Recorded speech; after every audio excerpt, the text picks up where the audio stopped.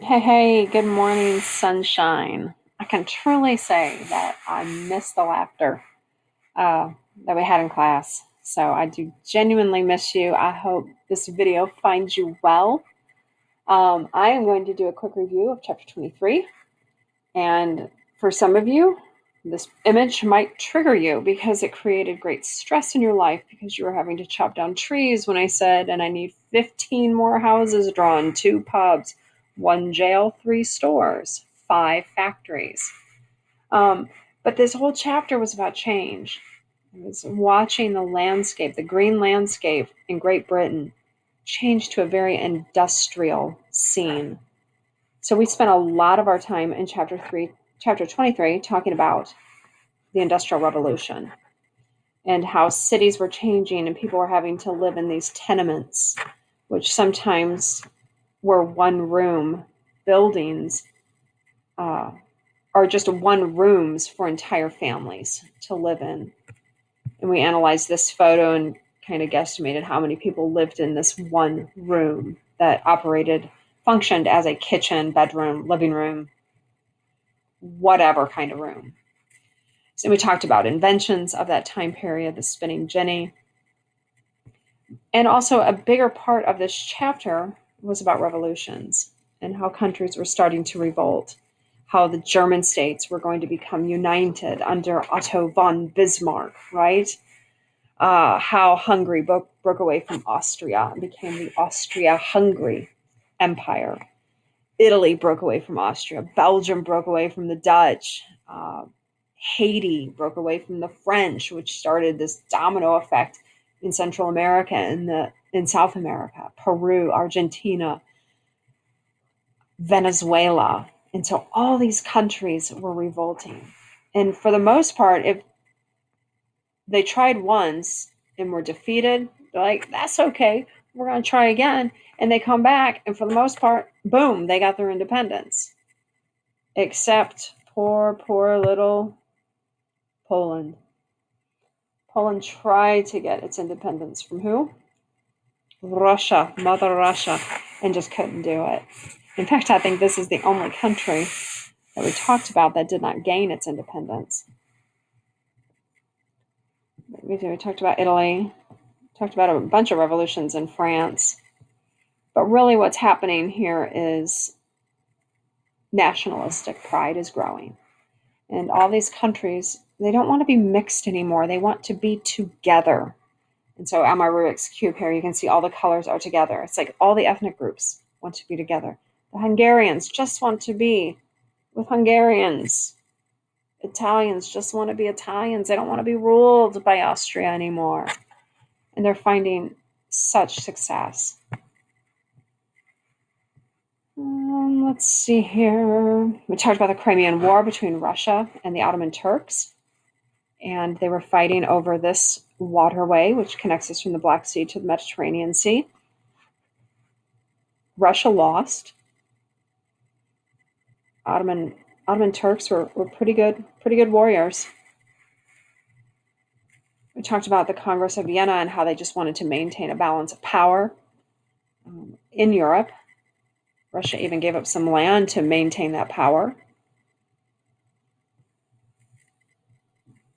Yes, and here's the German states. They wanted to unify. Northern German states unified first, and then the southern German states were like, hey, we need help, oh Otto von Bismarck, because France is bullying us. And he's like, basically, I'll put a stop to that. And they fought the Franco-Prussian War. And of course, Prussia won because Prussia just had a kicking awesome military. And remember, they announced the unification of the German states in this, the Hall of Mirrors at the Palace of Versailles in France.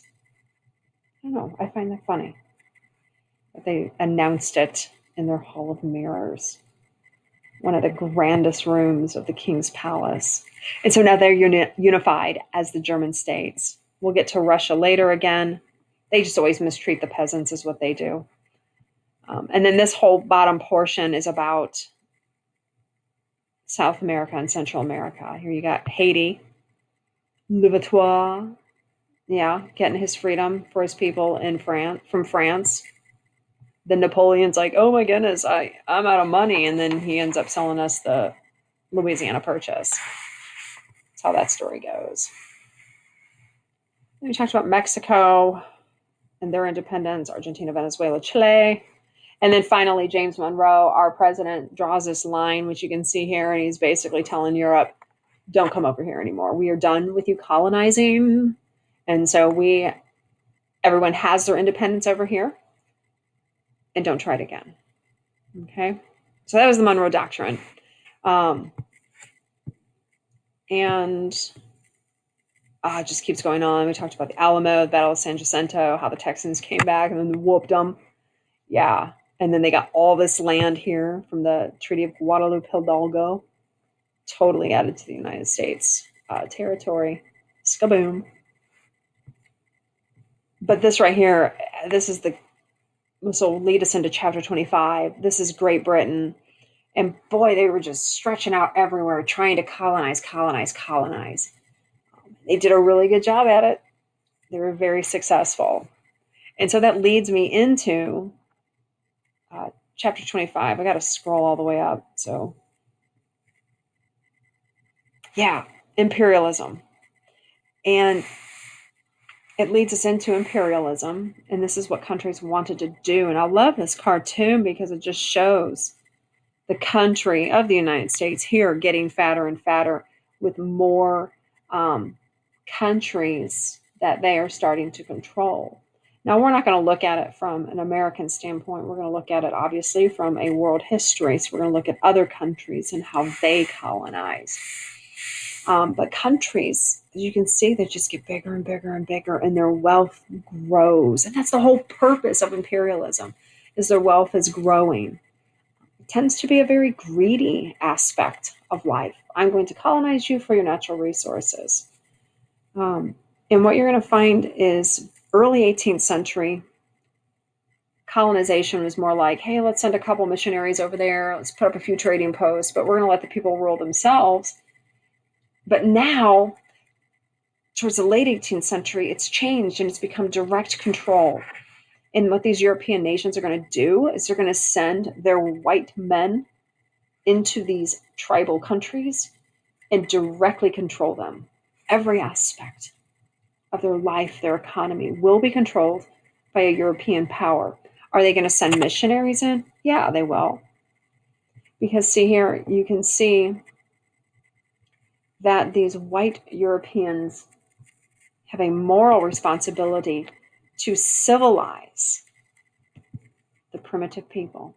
And we're going to civilize them and teach the heathen masses the teachings of Jesus. So white man's burden is having to teach these primitive people, civilize these primitive people, and teach the heathen masses Jesus. That was their excuse for going in there and controlling. And that's exactly what they did. And you see here in this picture, in Southeast Asia, the whole region was colonized except one, and that's right here, Siam, which is now known as Thailand. You see the United States took control of the Philippines. For the most part, it's Britain. Oops, got out of that. Sorry, guys. And then the Dutch here. Big colonizers. You got French up here. French Indochina Peninsula is what they're going to take over. So a lot of colonizing. Now look at that image. Why do these countries want this region of the world? What are they closest to? Boom, China. That's the ultimate goal, is to get into China. And so they figure, hey, we're pretty close. Yeah, that's the whole purpose of it. It's crazy. Had to get into China. We already talked about that image right there on how nations just extend their power and bring them in under their control. It's It's called new imperialism, that direct control. So let's look at a few of the countries. This is Singapore right here. Singapore was colonized by Great Britain. Singapore is an island nation off the tippy coast of Malaysia. My suggestion, if you go there, is make sure you know the laws. I'm pretty sure they still cane people today.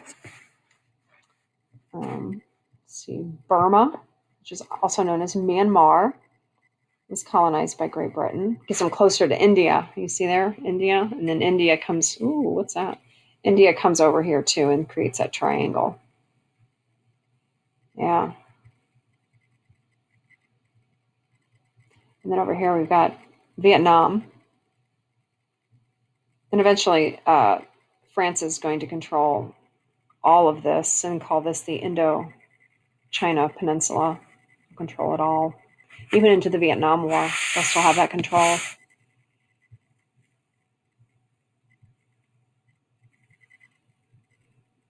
This is an image of everything that France will eventually control. So a big portion of that peninsula. Now, Thailand used to be known as Siam, will never be colonized. The French and the British were fighting over it and finally decided, hey, let's just make it neutral. Okay. Philippines, which is thousands of islands, was originally colonized by Spain. But Spain lost it in the Spanish-American War because we were fighting it with them, trying to protect Cuba. And Spain lost. Not only did they lose Cuba, but they also lost the Philippines. So we took it over. And we're all like, that gets us a little bit closer to China. I think we'll stay. And the little Filipinos are all like excited because they're like, woo, we're free from Spanish rule. Oh, America, you're not leaving? And so we don't leave.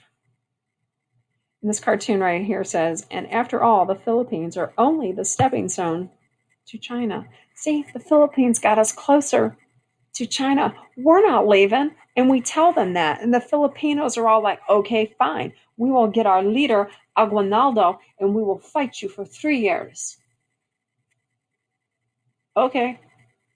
America still won. America still wins, and we are not leaving because you got to remember, we're here to civilize the primitive people, and we need to teach the heathen masses the ways of Jesus. We're not leaving. And so here you can see an image just of the battles that were fought between us and the Filipinos. Eventually, we will give them back, though. Woot woot.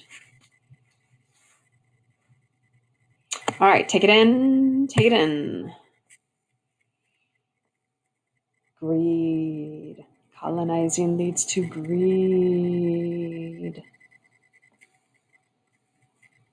The chief goal of the West was to exploit the natural resources of the lands and to open up markets for their own manufactured goods. Greed, greed, greed. And so basically, it goes on to say that there's some good points to colonization, believe it or not. They did build, these European powers did build infrastructure. Cities were modernized.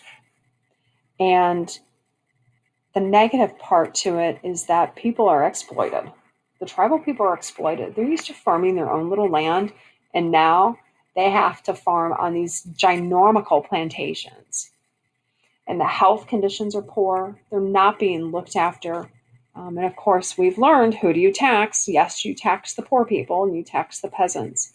So there are revolts, and those aren't going to end well for the peasants because they don't have the military.